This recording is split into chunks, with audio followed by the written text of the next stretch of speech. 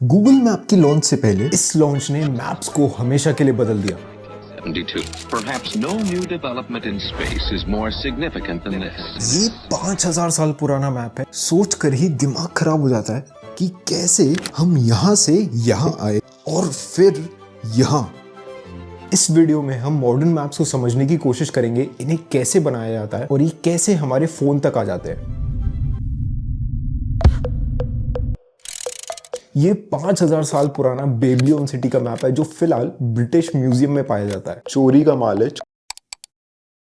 उस टाइम में मैप्स पे एक काफी छोटे एरिया को दिखाया जाता था और इन्हें बनाना भी काफी ज्यादा महंगा होता था। इन्हें आर्ट की तरह ज्यादा देखा जाता था, ना कि एक रेफरेंस डॉक्यूमेंट की तरह। पर फिर कुछ ऐसा हुआ जिसने सब कुछ बदल दिया। लोगों ने पढ़ाई लिखाई चालू कर दी भाई, और मैथमेटिक्स में ट्राइंगुलेशन और ट्राइलैटरल जैसी बहुत सारी टेक्निक्स डेवलप हुई। पर इससे मैप्स का क्या रिलेशन है? ब्रिटेन में आपको 6500 ऐसे बड़े बड़े पिलर्स देखने को मिल जाएंगे जिन्हें ट्रिग पॉइंट्स भी बोलते हैं। इन्हें 1936 में बनाया था ब्रिटेन का मैप बनाने के लिए। एक सेकंड, पिलर्स का मैप से क्या रिलेशन? समझाता हूँ भाई, बस 2 मिनट दो मुझे। मान लो आपके पास 2 पिलर्स हैं और आपको उनके बीच का डिस्टेंस पहले से ही पता है। अब उन दोनों पिलर्स के सामने सैफ अली खान का घर है।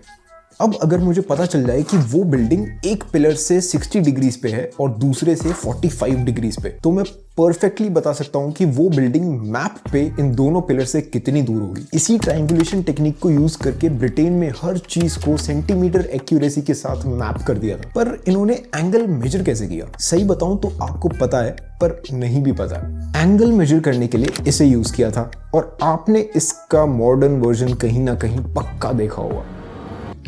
पर असली कहानी तो अभी चालू भी नहीं हुई है, तो अपनी कुर्सी की पेटी बांध लो क्योंकि अब वीडियो में इसका इस्तेमाल होने वाला है। आपको कैसा लगेगा अगर मैं आपको बताऊं कि वर्ल्ड का मैप जो आप बचपन से पढ़ते आ रहे हो वो गलत है? क्योंकि दुनिया गोल है, रेक्टेंगल नहीं। जब हम ग्लोब को रेक्टेंगल पे मैप करने की कोशिश करते हैं तो कंट्रीज का साइज ही चेंज हो जाता है। जहां पर रशिया जैसी कंट्रीज बहुत ही ज्यादा बड़ी लगने लगती है। इसे मर्केटर प्रोजेक्शन भी बोलते हैं और इसी तरीके के और भी अलग अलग प्रोजेक्शंस अवेलेबल हैं। पर फिर अगर ये गलत है तो इसको यूज क्यों किया जा रहा है? इस प्रोजेक्शन का एक बहुत बड़ा बेनिफिट है कि इसमें डायरेक्शंस प्रिजर्व रहती है। प्रिजर्व मतलब कि अगर आप इस मैप पर 2 कंट्रीज के बीच में एक स्ट्रेट लाइन ड्रॉ करो और कंपास यूज करके उस स्ट्रेट लाइन को फॉलो करने की कोशिश करो तो आप डेस्टिनेशन पे पहुंच जाओगे। यही चीज रॉबिन्सन और पीटर्स जैसे प्रोजेक्शंस में पॉसिबल नहीं है, इसलिए गूगल मैप्स में भी यही प्रोजेक्शन यूज किया जाता है। पर मैंने गूगल मैप्स की वेबसाइट पे एक बहुत ही अजीब चीज नोटिस की। जब मैंने वेबसाइट खोली तो मैंने देखा कि ये मैप स्क्वायर पार्ट्स में डाउनलोड हो रहा है। इसके बारे में थोड़ी देर में बात करते हैं।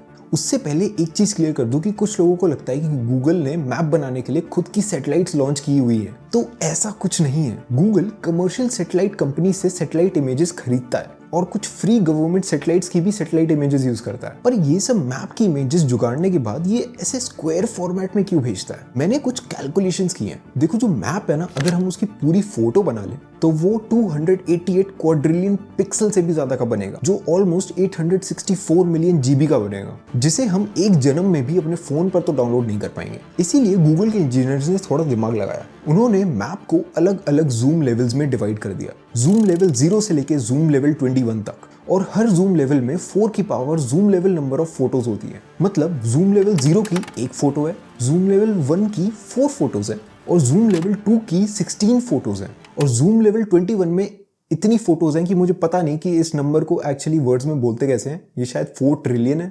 और यहाँ हर स्क्वायर का साइज 256 बाय 256 पिक्सल्स है।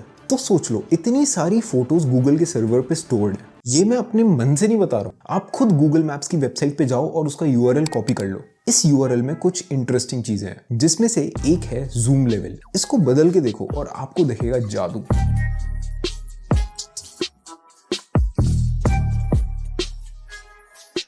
साथ ही साथ नेटवर्क टैब में जाके देखो कौन सी इमेजेस डाउनलोड हो रही हैं, और गूगल सिर्फ आपको आपकी लोकेशन के आसपास की स्क्वायर इमेजेस भेजेगा ताकि आपको ज्यादा इमेजेस डाउनलोड ना करनी पड़े। गूगल की वेबसाइट हो या फिर ऐप, चीजें ऑलमोस्ट सेम ही काम करती हैं। ऐप से याद आया, मैंने खुद का अपना एक सुडोकू गेम पजल ऐप बनाया है। जाओ उसे जाके खेलो और अपना दिमाग तेज करो। कई बार हमें कुछ चीजें समझ नहीं आती और ये समझ में भी नहीं आता कि किससे पूछें, तो शायद अब आपको पता चल गया होगा कि किससे पूछना है।